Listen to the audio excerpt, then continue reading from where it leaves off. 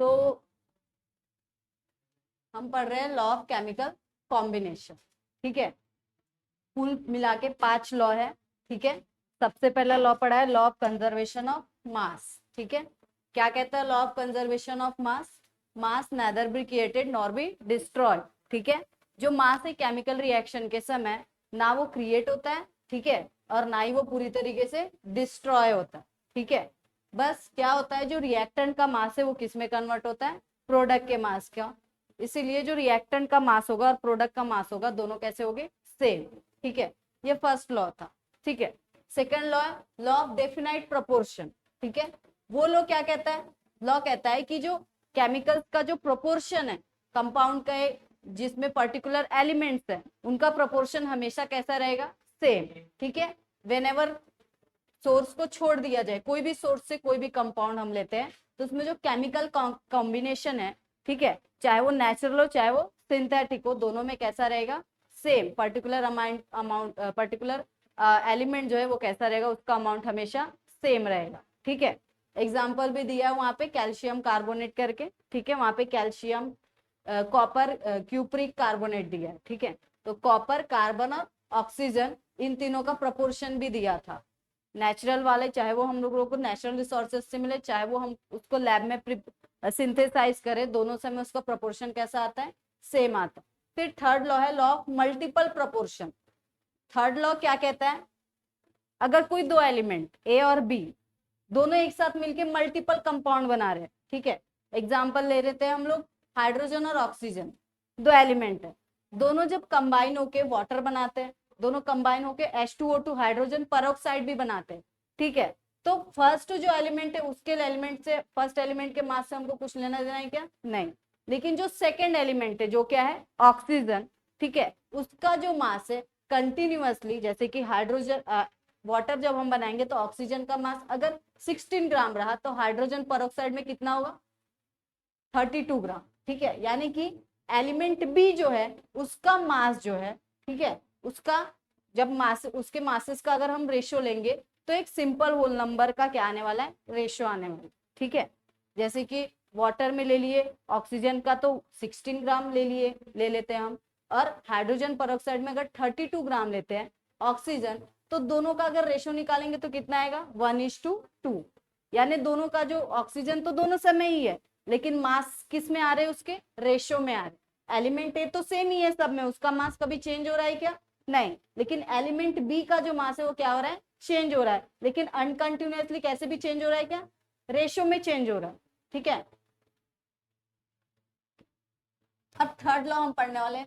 3 law पढ़े हम लोगों ने, अभी फोर्थ लॉ हम पढ़ने वाले हैं, law of Gay Lussac law of gaseous volume. ठीक है, लॉ क्या कहता है? जब दो गैस रिएक्ट होंगे, ठीक है, और बनाएंगे क्या? गैस ही बनाएंगे। ठीक है, तो जो रिएक्टेंट और प्रोडक्ट है, तीनों का जब हम वॉल्यूम लेंगे, ठीक है, और तीनों का वॉल्यूम अगर एक में एक से डिवाइड किए तो एक सिंपल रेशियो आए।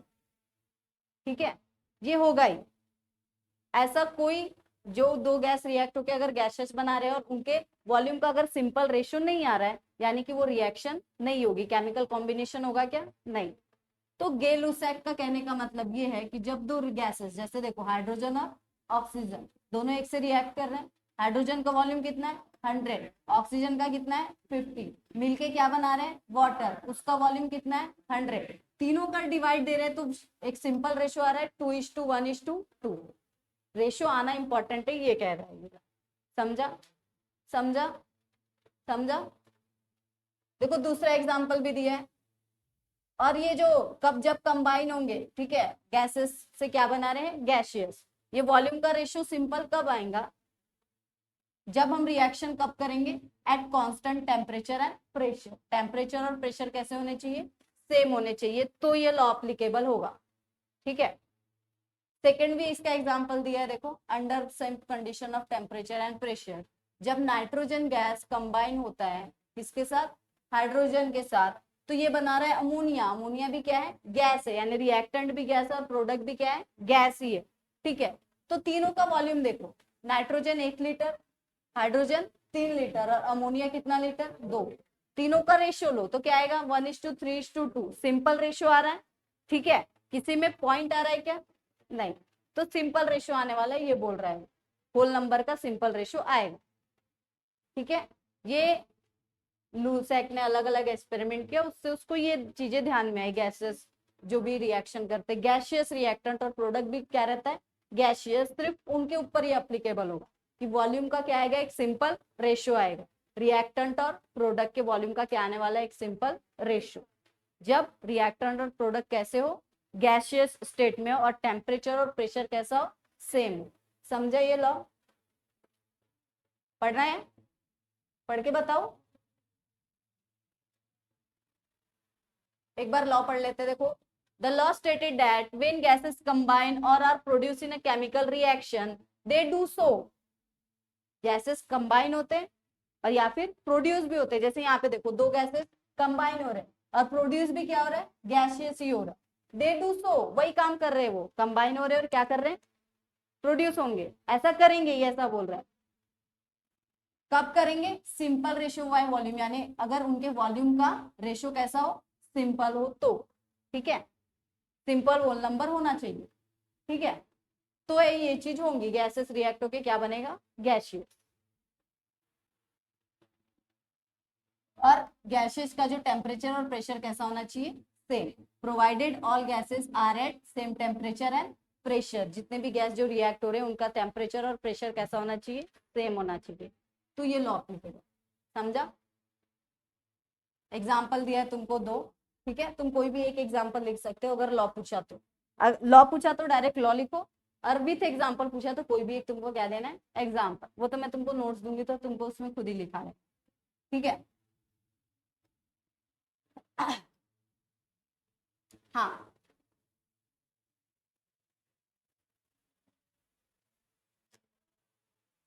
अब देखो, आप पढ़ेंगे एवोगैड्रोस लॉ, ठीक है, इसका एवोगैड्रोस नंबर भी है, वो भी हम आगे पढ़ने वाले।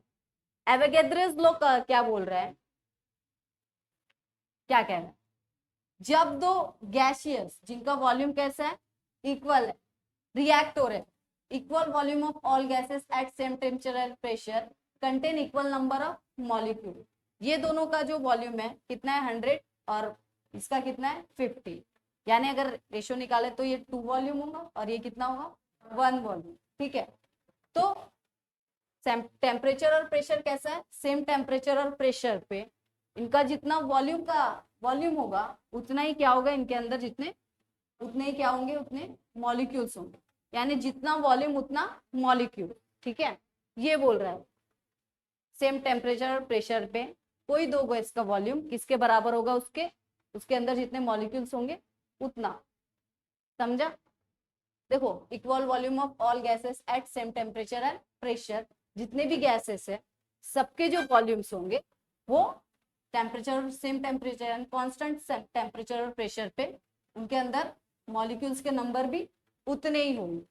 समझा, जैसे यहाँ पे 2 वॉल और 1 वॉल्यूम, और ये कितना है, 2 वॉल्यूम, तो मॉलिक्यूल्स भी देखो गैलूसेक के हिसाब से 2n होंगे, n होंगे और 2n।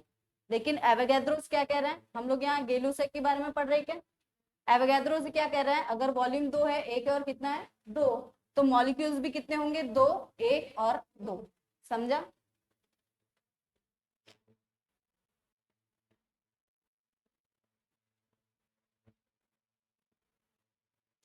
यहाँ एक्सप्लेन किया है वही जो चीज मैंने बताई है, फिर से पढ़ू।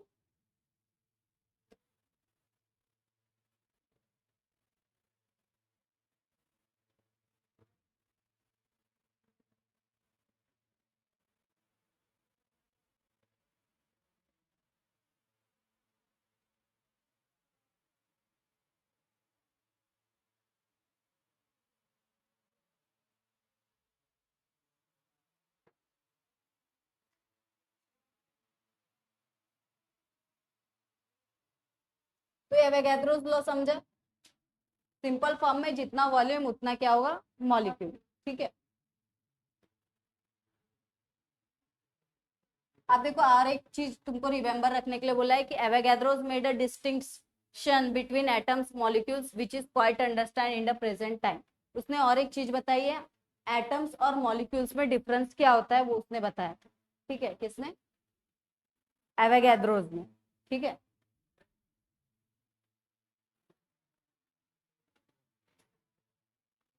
आगे हम पढ़ने वाले हैं डाल्टन एटॉमिक थ्योरी। तो डाल्टन क्या है, मैंने तुमको बोला था कि डाल्टन के बारे में थोड़ा पढ़ के आना, पढ़ के आए हो, क्या पढ़ा, वो तो मैंने कल ही बता दिया था, ठीक है। 8 की बुक पलटाई, 8 की बुक में है डाल्टन के बारे में, तुमको 9th में नहीं है, स्टेट वाले जो। तो डाल्टन एटॉमिक थ्योरी डाल्टन ने दिया था, ठीक है। ये एक नया इसने एक चीज पब्लिश की थी, book a new system of chemical philosophy, ठीक है। तो उस बुक में ये फॉलोइंग फीचर्स उसने दिए थे एटम्स के बारे में, देखो तो डाल्टन एटॉमिक थ्योरी भी कहते हैं, ठीक है। तो क्या कह रहा है, matter consist tiny indivisible particle called atom. वो मैंने तुमको पहले ही बताया था, मैटर जो आजू बाजू रहते हैं उसको मैटर कहते हैं, जितनी भी चीजें हमारे आजू बाजू है जिसका वेट है और क्या है, एक स्पेसिफाई स्पेस ऑक्यूपाई किया उसको क्या बोल रहे हैं, मैटर। तो डाल्टन का कहना है कि जो भी मैटर है हमारे आजू बाजू जितनी भी चीजें मैटर है उसके अंदर जो सबसे छोटा पार्टिकल है, ठीक है, इनडिविजिबल पार्टिकल है, उसको हम क्या बोल रहे हैं, एटम, ठीक है। पहला फीचर ये था इसका, एटॉमिक थ्योरी का सबसे पहला फीचर ये बताया था कि एटम यानी क्या, एटॉमिक थ्योरी दे रहा है यानी एटम के बारे में बताएगा। दूसरा क्या बोल रहा है कि जितने भी एलिमेंट्स है सबके एटम्स कैसे रहते हैं, सेम, एक जैसे दिखते हैं, सिमिलैरिटी दिखती है, एकदम सेम दिखते हैं। शेल की बात यानी कि सब में न्यूक्लियस होगा और सब में क्या होगे, शेल, एक जैसे दिख रहे हैं। अभी तक तुमने पढ़ा है ना एटम, पढ़ा है, पढ़ा है। इलेक्ट्रॉन्स नंबर को छोड़ के प्रोटॉन्स, प्रोटॉन्स भी अलग होते हैं लेकिन स्ट्रक्चर देखा जाए तो सबके स्ट्रक्चर कैसे, सेम ही है। तो बोला है सभी एटम्स के जो एलिमेंट्स के जो एटम्स है, सॉरी एलिमेंट्स के क्या है, एटम्स कैसे, आइडेंटिकल, एक जैसे ही दिखते हैं, ठीक है। हम भी तो इंसान है, हमारे हाथ पैर है लेकिन सब एक जैसे दिखते हैं क्या, चेहरा देखा जाए तो, लेकिन एटम्स कैसे दिखते हैं, एक जैसे। अगर प्रोटॉन नंबर, न्यूट्रॉन नंबर और इलेक्ट्रॉन नंबर छोड़ दिया जाए तो सब में न्यूक्लियस है और सब में क्या है, शेल है, ठीक है। साथ ही साथ उनका मास भी ले लिया जाए तो ये भी बोल रहा है एटम डिफरेंट एलिमेंट के एटम मास कैसे होंगे, डिफरेंट होंगे। और आगे बता रहे कि कंपाउंड्स यानी क्या होता है, तो कंपाउंड यानी क्या हमको ऑलरेडी पता है, ठीक है, ग्रुप ऑफ 2 और मोर एटम्स, ठीक है, 2 और मोर सेम और डिफरेंट एटम, सेम नहीं। कंपाउंड यानी क्या, ग्रुप ऑफ 2 और more different atoms of different element, अलग अलग एटम्स, एलिमेंट्स के जो अलग अलग एटम्स से जब आके जुड़ेंगे तो क्या बनाएंगे, कंपाउंड। वो भी वही बोल रहा है, compounds are form when atoms of different element combine in a fix ratio. Combine हो रहे लेकिन कैसा, उनका रेशियो कैसा है, फिक्स है, ठीक है। जैसे मैंने तुमको पहले जब शुरुआत किया था हम लोगों ने प्योर सब्सटेंस से, उसमें भी बताया था प्योर सब्सटेंस यानी क्या, जिसमें जो भी उसके कंस्टिट्यूएंट है वो फिक्स प्रोपोर्शन में क्या होने चाहिए, एक साथ जुड़ने चाहिए। वैसे ही कंपाउंड में भी क्या है, कंपाउंड भी तो प्योर सब्सटेंस ही है, ठीक है। तो इसमें जो अलग अलग एलिमेंट्स के जो एटम है उनका एक फिक्स प्रोपोर्शन है। जैसे अभी लॉ ऑफ डेफिनेट प्रोपोर्शन पढ़ा है, उसमें हर एक जो भी कंपाउंड बन रहा है, क्यूप्रिक कार्बोनेट कंपाउंड बन रहा है, उसमें हर एक कंपाउंड का अपना एक क्या है, फिक्स प्रोपोर्शन, हर एक एलिमेंट का अपना एक क्या है, फिक्स प्रोपोर्शन। वही बात इसने बताया कि कंपाउंड में जो एलिमेंट्स जो जुड़ के बन रहे हैं उनका अपना एक फिक्स क्या होता है, प्रपोर्शन होता है, ठीक है। और जो केमिकल रिएक्शन होती है उसमें क्या होता है, उसमें कुछ नहीं होता, ये जो एटम्स है वो फिर से क्या होते हैं, ऑर्गेनाइज होते हैं। जैसे तुमने अभी तक बहुत सारे केमिकल रिएक्शन देखे होंगे, 10th में ही देखा होगा रिएक्शन, डिस्प्लेसमेंट रिएक्शन पता है किसी को, डिस्प्लेसमेंट, डबल डिस्प्लेसमेंट, कोई एक एग्जांपल दो डिस्प्लेसमेंट का।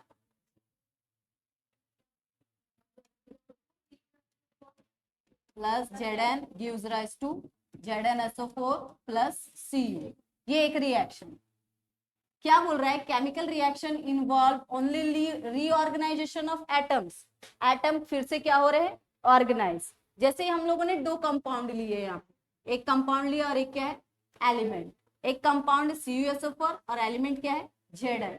जब यहाँ रिएक्शन हो रही है तो कुछ दूसरी, वैसे तो यहाँ पे एटम्स तुमको प्रोडक्ट में बदलने दिख रहे हैं क्या, क्या है, ZnSO4 है और क्या है, Cu है, दोनों एटम पहले भी थे, बस रिएक्शन के समय क्या हुआ, पहले Zn अकेला था और Cu किसके साथ था, SO4 के साथ।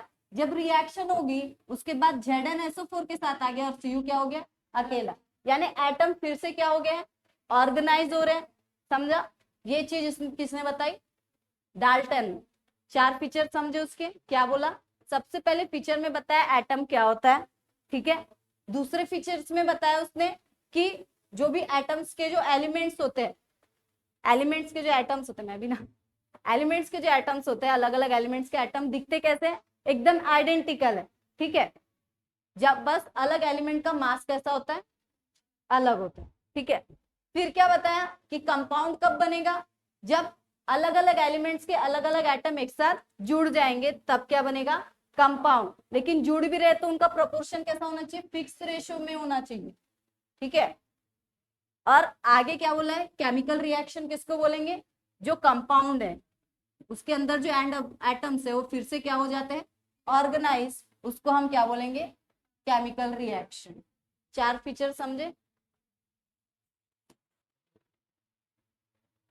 तो देखो, Dalton's theory could explain all the laws of chemical combination. जो हमने केमिकल कॉम्बिनेशन के लॉज पढ़े वो भी उसने क्या, डाल्टन्स थ्योरी में क्या किया, उसने एक्सप्लेन किया, ठीक है। तो लॉ तुमको समझे, 5 लॉ है, ठीक है, और एक डाल्टन की क्या है, थ्योरी है, ठीक है। इसके बाद हमको वही पढ़ना है, atomic number, atomic mass number, already तुम पढ़ चुके हो, वो चीज फिर से रिवाइज है। देखो यहाँ पे बोला है, can you recall what is an atom and a molecule. Atom क्या है, मॉलिक्यूल क्या है, बता सकता है कोई, what is an atom. Atom तो यहीं पे लिखा है, व्हाट इज एन एटम, ठीक है। टाइनी और इंडिविजिबल पार्ट ऑफ मैटर, उसको हम क्या बोलते हैं, उसमें और 3-4 चीज जोड़ देते हैं, इंडिविजिबल, इंडिस्ट्रक्टिबल, ठीक है, इनविजिबल, उसको क्या बोलेंगे हम, एटम। मॉलिक्यूल क्या, व्हाट इज मॉलिक्यूल। देखो यहाँ स्पेलिंग गलत लिखी है, कभी कभी किताब वाले से भी गलती हो जाती, ठीक है, वो भी इंसान ही है। मॉलिक्यूल, ठीक है, तो व्हाट इज मॉलिक्यूल, क्या है मॉलिक्यूल, कोई बता सकता है, व्हाट इज मॉलिक्यूल, हिंट दू, हिंट देती हूँ, रुको।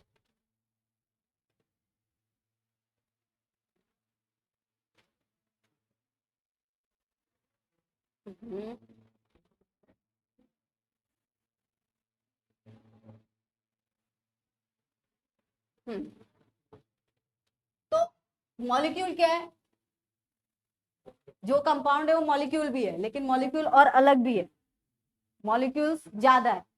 क्या है देखो, what are molecule, same to same compound जैसे, बस एक वर्ड में ऐड कर दूं, ठीक है। यहाँ कंपाउंड की जगह हम लिख सकते हैं मॉलिक्यूल्स, ठीक है।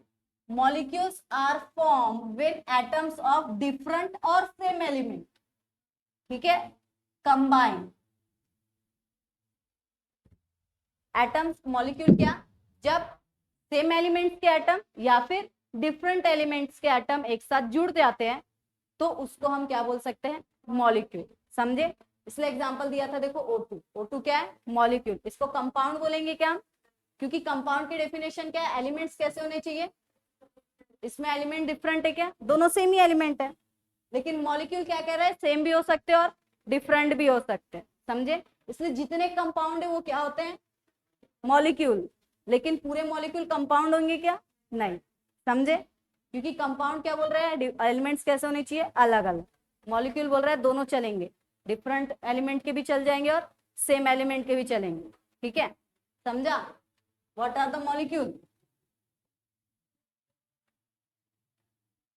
ठीक है। आगे तुमको आइसोटोप्स के बारे में पता है, मास ऑफ वन एटम के बारे में पता है, ठीक है, वो मैं यहाँ पे पढ़ाती हूँ। तुम कुछ पूछना भी था लेकिन रहने दो, जब मॉलिक्यूल ही नहीं पता तो वो क्या पता होगा, ठीक है। ये सब 9th का है तुम्हारा, क्लास 9, ठीक है, ऑलरेडी। तो देखो अब हम पढ़ने वाले atomic mass and molecular mass. देखो इसीलिए उसने पहले क्या पूछा था कि मॉलिक्यूल क्या है, कि तुमको पता चल जाए, ठीक है। मॉलिक्यूल हो या फिर कंपाउंड हो, बनते किससे हैं? एटम से ही बनते हैं, ठीक है। इसलिए यहाँ पे दो टर्म दिया है, एटॉमिक है मॉलिक्यूलर मास, यानी एटम का मास अलग होता है, मॉलिक्यूल का मास अलग होता है, ठीक है। क्योंकि मॉलिक्यूल किससे बनता है? एटम से बनता है। मॉलिक्यूल में एक ही एटम होगा क्या? बहुत सारे एटम्स होंगे, ठीक है। तो देखो बोला है, आगे हम पढ़ने वाले हैं एटॉमिक मास यानी क्या, ठीक है। तो जितने भी एलिमेंट्स है सबका अपना क्या है? पर्टिकुलर एटॉमिक मास है। जो 118 एलिमेंट्स है मॉडर्न पीरियोडिक टेबल में, सबका अपना अपना क्या है? एक पर्टिकुलर एटॉमिक मास है, ठीक है। तो एटॉमिक मास यानी क्या? एटम का मास, उसके अंदर जितने भी प्रोटॉन इलेक्ट्रॉन्स प्रोटॉन न्यूट्रॉन्स होंगे उसको क्या बोलेंगे हम? उसका मास, ठीक है। It is actually very very small, बहुत छोटा होता है, हमको पता है। ऑलरेडी एटम इतना छोटा है तो उसका मास भी कैसा होगा? छोटा ही होगा, ठीक है। एग्जाम्पल दिया देखो, एक हाइड्रोजन का मास ग्राम में दिया है तुमको। अभी तक तुमने जब 9 तक पढ़ा है उसमें तुमने पढ़ा है डाल्टन में, ठीक है। किसमें पढ़ा है? डाल्टन में दिया रहता मास, ठीक है। वहां ऑर्डर ऑफ एटॉमिक मास दिया भी, ठीक है। तो मास जो एटम का मास वो अभी तक किसमें मेजर करते थे? डाल्टन में, अभी तक तुमने पढ़ा है। ये हाइड्रोजन का मास किसमें है? ग्राम में। अगर मैं पूछूं what are the atomic mass of hydrogen, तो तुम क्या बताओगे? 1। वो 1 डाल्टन है। ये किसमें दिए? ग्राम में दिए। लिथियम का एटॉमिक मास पूछा तो पता है तुमको लिथियम का कितना है? 7। 7। वो 7 डाल्टन है, ग्राम में दिया है क्या? अभी जितने भी एलिमेंट्स को तुमने एटॉमिक मास पढ़े सबके सब किसमें है? डाल्टन में। ग्राम में है क्या? ये ग्राम में दिया है अकेला हाइड्रोजन का। बाकी सबका तुमको ग्राम में याद नहीं करना है, नहीं तो सोचो कि बाप रे अब ग्राम में भी याद करना पड़ेगा, ऐसा नहीं है, ठीक है। देखो क्या बोला है, तो बहुत ज्यादा छोटी क्वांटिटी है एटॉमिक मास, और इसको मेजर करना इजी होगा क्या? इतनी छोटी चीज को मेजर करना नहीं। तो देखो आज के समय में कैसे डिटरमाइन करते हैं atomic mass? Is determine relative to the mass of carbon 12 atom, यानी कि जब भी किसी एटम का हमको एटॉमिक मास गिनना है, ठीक है, तो रेफरेंस लेंगे हम कार्बन एटम की। कार्बन एटम का मास कितना है? 12 है, ठीक है। तो कार्बन से 2 गुना है, 3 गुना है, 4 गुना है, ऐसा हम मेजर करेंगे, यानी कार्बन से मेजर करेंगे हम कि कार्बन के मास का कितना मल्टीपल है, ठीक है। वही बोला है देखो, determine relative to the mass of carbon atom. Carbon atom को के मास को क्या लेंगे हम? स्टैंडर्ड। वहीं से लेना, वहीं से गिनना क्या करेंगे? चालू, ठीक है। And this has been agree upon 1961 by IUPAC. IUPAC, ठीक है। आयुपैक, जो आगे तुम पढ़ोगे आईयूपीएससी नोमेनक्लेचर, उसको आयुपैक बैठो, ठीक है। केमिस्ट्री का एक इंटरनेशनल यूनियन है, जो जितने भी केमिकल्स होते हैं, कंपाउंड्स होते हैं, उनको नाम दिया जाता है, ठीक है। पूरे वर्ल्ड में जो भी ये आयुपैक नोमेनक्लेचर वो कैसा रहता है? सेम, ठीक है। कि कुछ डिफरेंस ना हो लोगों को, अलग अलग स्टेट में जाएंगे अलग अलग, जैसे कोई इंडिया में पढ़ के गया और बाहर फॉरेन में नौकरी करने गया तो उसको फिर से डबल से पढ़ाई ना करनी पड़े, एक ही रहे, यूनिफॉर्मिटी बनी रहे। इसलिए जितने भी केमिकल्स है सबका क्या है? अपना आयुपैक नॉमेनक्लेचर है, ठीक है। यानी सबका नाम, अगर यहाँ पे मैं मीथेन को मीथेन बोल रही हूँ तो बाहर में भी क्या बोलेंगे? मीथेन ही बोलेंगे, ठीक है। तो ये जो है, जो भी राय सलाई हुई थी कि किससे मेजर करना है, कार्बन के मास को क्या लेना है? स्टैंडर्ड, उसी के मास से गिनना चालू कर देना। जैसे हाइड्रोजन का 1 है, ठीक है, जितना भी है यहाँ पे। कार्बन का कितना है? 12, यानी 12 गुना कम, है ना। 12 गुना क्या है? कम है हाइड्रोजन का मास। किसी का 24 होगा तो 12 से यानी कार्बन के मास से 2 गुना है। ऐसा स्टैंडर्ड लेके मेजर करना, ठीक है।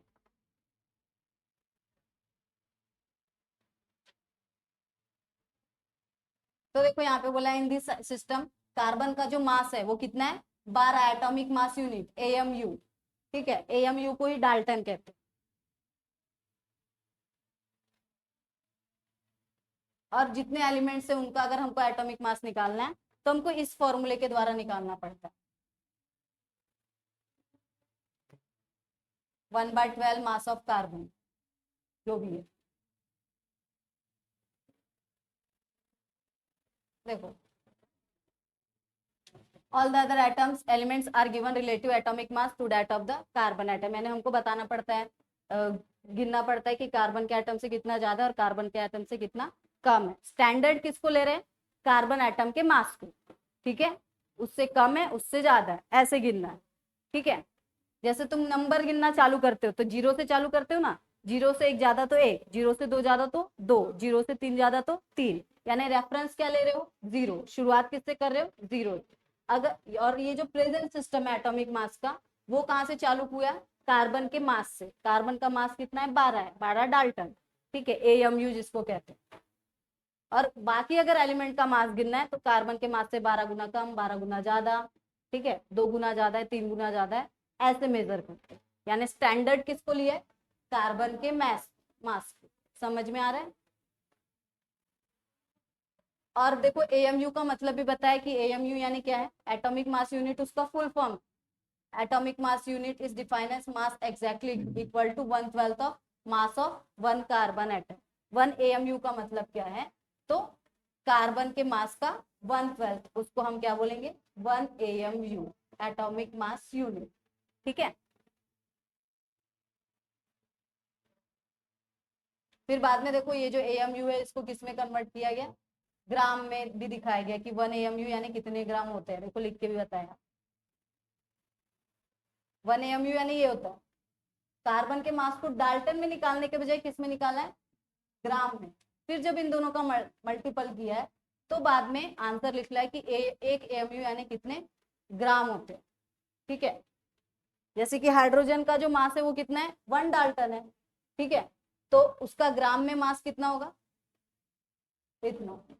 समझा मैं क्या बोल रही हूँ, समझ में आ रहा है। तो देखो आगे ये जो AMU मास है को रिप्लेस किया गया, उसका नाम क्या रखा गया, डाल्टन, जिसको सिंबल किससे दिखाते हैं, U से। इसलिए जब भी तुम एटॉमिक मास किसी एटम का लिखते हो तो साइड में क्या लिखते हो, U। जैसे हाइड्रोजन का लिखोगे तो क्या लिखोगे 1U, U का मतलब क्या है डाल्टन, ठीक है। लिथियम का लिखोगे तो 7U, U का मतलब क्या है डाल्टन, और एक U यानी क्या, तो ये 1/12 इंटू मास ऑफ कार्बन, ठीक है।